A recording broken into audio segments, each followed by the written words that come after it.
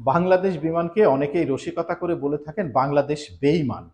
মানে বেইমান বলার একটাই কারণ হচ্ছে এদের শিডিউলের কোনো ঠিক থাকে না।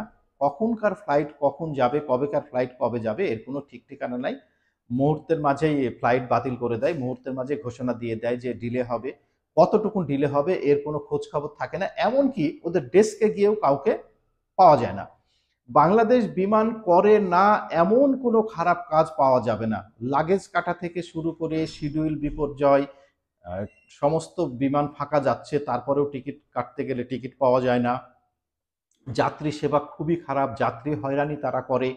এখানে যে যাত্রী সেবায় যে ক্রু এবং এয়ার হোস্টেসগুলো থাকে এরা যাত্রীদের সঙ্গে দুর্ব্যবহার করে। খাবারের মান তাদের খারাপ। বিমানের মধ্যে উঠলে গরম গরম লাগে, এসি কাজ করে না, বলে একটু পরেই ঠিক হয়ে যাবে। এরকম নানান ধরনের অভিযোগ আছে। গত ১৬ই মে কক্সবাজার থেকে আসার সময় একটা চাকা খুলে পড়ে গেছে। ভাগ্য ভালো যে পাইলটের দক্ষতার কারণে সুনিপুণভাবে কোনো ক্ষয়ক্ষতি ছাড়াই ঢাকাতে সেটি সফলভাবে অবতরণ করেছে। আজকে আর একটা বিশাল ঘটনা ঘটেছে।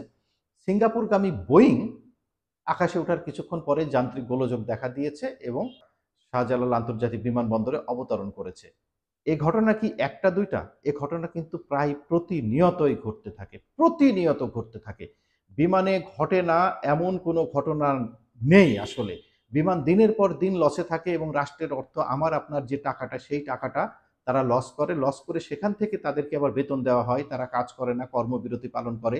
বিমানের পাইলট বিমানে চাকরির নাম করে অন্যান্য এয়ারলাইন্সে চাকরি করে বেড়ায়, তাদেরকে কোনো ধরা ছোঁয়ার মধ্যে, কোনো সিস্টেমের মধ্যে, কোনো নিয়মের মধ্যে বা কোনো বাধ্যবাধকতার মধ্যে আনা যায় না। এয়ার হোস্টেসদের চাকরির একটা বয়স সীমা থাকে, এখানে সেই বয়স সীমাটা নেই। অনেকে এই কারণে রসিকতা করে বলে থাকেন বিমান বালা, না বলে বলে থাকেন বিমান খালা। অনেকের ব্যক্তিগত অনেক অভিজ্ঞতা আছে।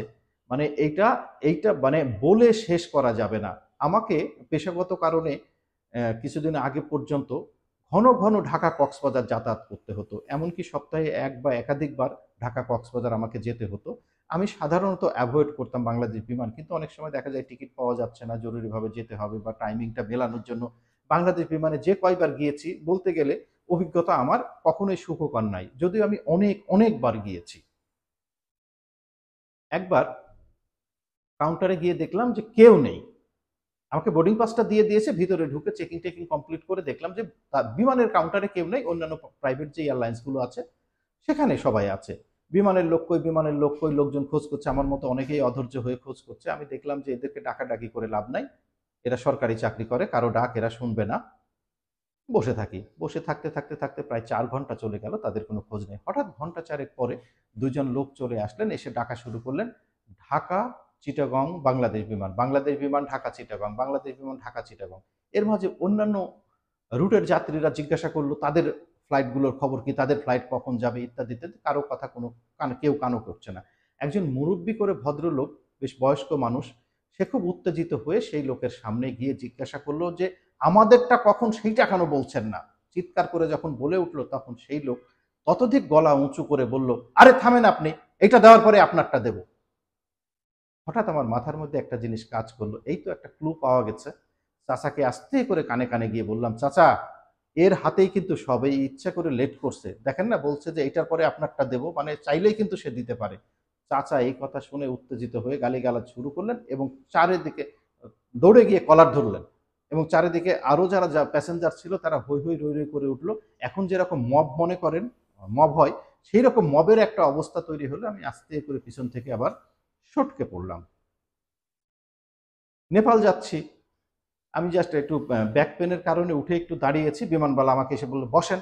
আমি বলছি, না এখন তো সিট বেল্ট খোলা যায়, এখন তো দাঁড়ানো যায়। আরে বোঝেন না, ব্যালেন্সের একটা ইস্যু আছে, আপনি এখানে দাঁড়িয়ে আছেন কেন, এটা ব্যালেন্স ঠিক থাকবে না। আমি তার দিকে তাকিয়ে জিজ্ঞাসা করলাম যে আপা, বিমানে একজন যাত্রী কত কেজি পর্যন্ত নিতে পারে? বলো 30 কেজি। মানে একজন যাত্রীর কত কেজি ওজন হবে তার কি কোনো লিমিট আছে? কেন এই ধরনের কথা বলছেন? বলে না, মানে আপনার দিকে তাকিয়েই সেটা মনে হলো যে আপনি হাঁটাহাঁটি করছেন, আমার চেয়ে 4 গুণ ওজন আপনার বেশি। আপনার যদি ইমব্যালেন্স না হয়, আমি সিটে দাঁড়ালাম তাতে ইমব্যালেন্সড হয়ে গেল। তার মানে তার একটা ক্ষমতা আছে, ক্ষমতাটাকে দেখাতে হবে। কিছুদিন আগে থাইল্যান্ড থেকে ফিরছি, প্রচন্ড গরম, প্রচন্ড গরম। তাদের এসি কাজ করছে কি না করছে জানি না, করে ভয় পেলাম যে 2 ঘন্টার জার্নি, এসি যদি কাজ না করে। এয়ার হোস্টেসকে ডেকে বললাম যে আপা প্রচণ্ড গরম, কি করা? আরে চুপ করে বসে থাকেন, উপরে উঠলেই ঠান্ডা হয়ে যাবে। মনে মনে ভাবলাম সত্যি কি তাই? উপরে উঠলেই কি ঠান্ডা হয়? ধন্যবাদ।